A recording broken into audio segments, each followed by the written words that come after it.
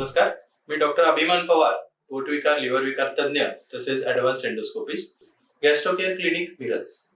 तर आज आपण जाणून घेऊयात गॅस्ट्रोस्कोपी बद्दल. तर गॅस्ट्रोस्कोपी म्हणजे काय, त्याला आणखी काही नावे आहेत ज्यामध्ये त्याला अप्पर जीआय एंडोस्कोपी किंवा इसोफॅगो गॅस्ट्रो डिओडेनोस्कोपी असेही संबोधले जाते.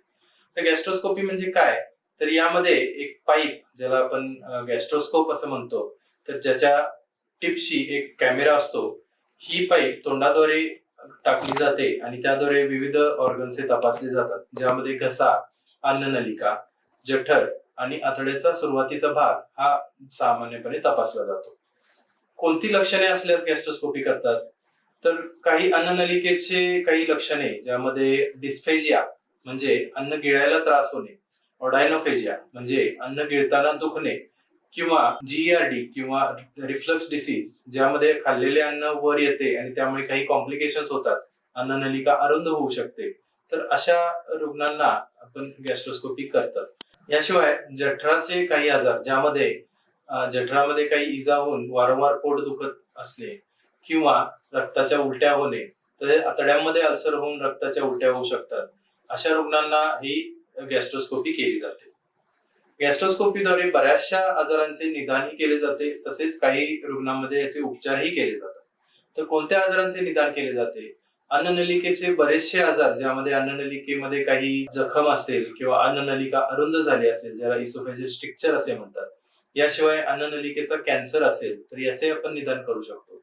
याशिवाय हायटिस हर्निया म्हणजे जठर जे नॉर्मली पोटामध्ये असतं, ते काही कारणामुळे हे अन्ननलिकेमध्ये चेंजेस झाल्यामुळे हे छातीमध्ये येतं, त्याला आपण हायटिस हर्निया असे म्हणतो. तर याचे निदान ही एंडोस्कोपीद्वारे आपण गॅस्ट्रोस्कोपीद्वारे करू शकतो. याशिवाय इसोफेजियल व्हरायसिस म्हणजे अन्ननलिकेमध्ये काही वेन्स आहेत, ह्या फुगतात. सर्वसाधारणपणे लिव्हर सिरोसिस पेशंट्स मध्ये या वेन्स आहेत ह्या फुगलेल्या जाणवतात आणि या वेन्स फुगल्यामुळे ह्या फुटून रक्ताची उलटी होऊन बरेचसे अपायकारक परिणामही घडतात. तर याचं निदान ही गॅस्ट्रोस्कोपीद्वारे केलं जातं. जठरामध्ये काही जे आजार असतील ज्यामध्ये जठराला बरेचसे इजा होतात, गॅस्ट्रायटिस किंवा जठरामध्ये अल्सर्स तयार होणे, तसेच जठरामध्ये तयार होणे व्हरायसिस म्हणजे त्याला आपण फंडिक व्हरायसिस किंवा गॅस्ट्रिक व्हरायसिस म्हणतो. फुगलेल्या नसा असतात, वेन्स असतात, ज्या सर्वसामान्यपणे लिव्हर सिरोसिस पेशंट्स मध्ये किंवा आतड्यामधील काही वेन्स ब्लॉक झाल्यामुळे या नसा फुगलेल्या असतात. तर याचं निदान ही आपण गॅस्ट्रोस्कोपीद्वारे केलं जातं. जठराचा कॅन्सर म्हणजे स्टमकचा कॅन्सर, याचं निदान ही आपण गॅस्ट्रोस्कोपीद्वारे केलं जातं, ज्यामध्ये अतिशय सुरुवातीच्या स्टेजमध्ये सुद्धा कॅन्सर हा गॅस्ट्रोस्कोपीद्वारे पकडला जाऊ शकतो. याशिवाय काही गोष्टी आहेत ज्यामध्ये गेव म्हणजे गॅस्ट्रिक अँट्रल व्हॅस्क्युलर एक्टेजिया, ज्यामध्ये रक्ताच्या नसा थोड्या थोड्या फुगलेल्या असतात आणि त्यामुळे हळूहळू करून रक्तस्राव होत असतो, अशाचं निदानही आपण गॅस्ट्रोस्कोपीद्वारे करतो. स्टमक सोडलं तर डिओडेनम म्हणजे लहान आतड्याचा पहिला भाग, ज्यामध्ये काही अल्सर्स तयार होऊ शकतात, किंवा सिलियाक डिसीज ज्यामध्ये काही रुग्णांना मैदा किंवा गव्हाची ॲलर्जी असते, अशा रुग्णांमुळे मध्ये आतड्याचं जे आवरण आहे ते थोडंसं फ्लॅट होऊन जातं. तर अशा आजारांमध्ये बरेचसे त्याचे बायोप्सी घेऊन आपण त्याचं निदान हे करू शकतो.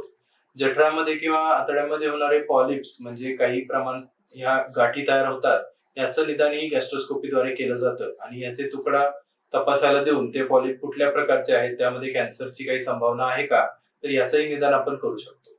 बरेचसे उपचार आपण गॅस्ट्रोस्कोपीद्वारे केले जातात, ज्यामध्ये इसोफेजियल व्हरायसिस जे आपण पहिलं डिस्कस केलं, तर त्याचं बँडिंग म्हणजे एंडोस्कोपिक व्हरायसियल बँड लायगेशन ज्याला म्हणतो, की याद्वारे रबरचे बँड्स हे या सुजलेल्या किंवा फुगलेल्या नसांवरती चढवले जातात, जेणेकरून हे रक्ताच्या उलट्या पुढे संभवत नाहीत. शिवाय पेशंट ज्यांना ऍक्च्युअली रक्ताच्या उलट्या सुरू झालेल्या असतात, अशा रुग्णांना रक्तस्राव थांबवण्यासाठी देखील हे एंडोस्कोपिक बँड लायगेशन करू शकतो. याशिवाय स्क्लेरोथेरपी म्हणजे या नसांमध्ये काही इंजेक्शन सोडल्यामुळे फुटलेल्या नसा ह्या बंद होऊ शकतात. याशिवाय जी अन्ननलिका अरुंद झालेली असते, ही अन्ननलिका पुन्हा काही यंत्राद्वारे काही ऍक्सेसरीजद्वारे फुलवण्याचं कामही आपण गॅस्ट्रोस्कोपीद्वारे करू शकतो. अन्ननलिकेमध्ये वेगवेगळ्या प्रकारचे स्टेंट ही टाकू शकतो, ज्यामध्ये रुग्णांना कॅन्सर असतो आणि त्यांना उपचाराची संभावना खूप कमी असते, अशा रुग्णांना खायची व्यवस्था करण्यासाठी आपण अन्ननलिकेमध्ये मेटलचे स्टेंट ही टाकू शकतो. जठरामध्ये पॉलिप्स तयार होऊ शकतात, तर अशा पॉलिप्सचं एक्सिजन म्हणजे पॉलिपेक्टोमी ज्याला आपण म्हणतो, तर हे आपण गॅस्ट्रोस्कोपीद्वारे करू शकतो. जठरामध्ये तयार होणारे व्हरायसिस ज्याला गॅस्ट्रिक व्हरायसिस म्हणतो म्हणजे फुगलेल्या नसा, तर या नसा जर त्यातून ब्लिडिंग होत असेल तर त्या नसांमध्ये आपण काही इंजेक्शन्स, उदाहरणार्थ ग्लू, हे सोडून त्याद्वारे ते रक्तस्राव थांबवू शकतो. याशिवाय जठराचे कॅन्सर जे सुरुवातीच्या स्टेजमध्ये असतात, अशा कॅन्सरना सर्जरी टाळून एंडोस्कोपीद्वारे आपण हे कॅन्सर काढू शकतो आणि त्याचं पूर्णपणे क्युअर त्याला करू शकतो. शिवाय अन्ननलिके आणि जठर सोडून त्यानंतर जे लहान आतडे जिथं सुरू होतं, अशा लहान आतड्यामध्ये होणारे अल्सर्स, ज्यावेळेला बऱ्याचदा या अल्सर्स मधून ब्लिडिंगही होऊ शकतं, तर असं ब्लिडिंग थांबवण्याची काही ऍक्सेसरीज आहेत आणि त्या ऍक्सेसरीजद्वारे एंडोस्कोपी किंवा गॅस्ट्रोस्कोपीद्वारे आपण त्याचे उपचार करू शकतो. लहान आतड्यामध्ये होणारे काही पॉलिप्स किंवा कॅन्सरचे सुरुवातीची जी स्टेजमध्ये असणारे कॅन्सर जे आहेत, हे कॅन्सर काढणं हे सुद्धा आपण गॅस्ट्रोस्कोपीद्वारे करू शकतो. याशिवाय रिसेंटली जे बेरियाट्रिक सर्जरी, ज्यामध्ये अतिस्थूल व्यक्तीमध्ये वजन घटवण्यासाठी पूर्वी ऑपरेशन्स केले जात असायचे, जठराची कपॅसिटी कमी केली जात असायची, तर हे उपचार देखील एंडोस्कोपीद्वारे आता शक्य आहे. यामध्ये एंडोस्कोपीमध्ये काही बलून्स फुलवले जातात, ज्यामुळे जठराची कपॅसिटी कमी होते.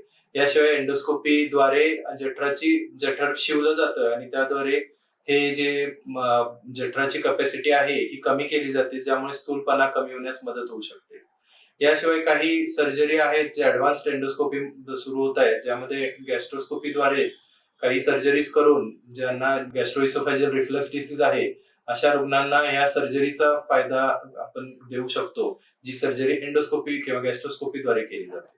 त्यामुळे अशा रुग्णांमध्ये गॅस्ट्रोस्कोपी निदान आणि उपचार या दोन्ही साठी ही गॅस्ट्रोस्कोपी ही महत्वाची ठरते. हा व्हिडिओ आवडला असेल तर प्लीज लाईक करा, शेअर करा आणि सबस्क्राईब करा. अधिक माहितीसाठी खाली दिलेल्या लिंकवर किंवा फोन नंबरवरती संपर्क साधा. धन्यवाद.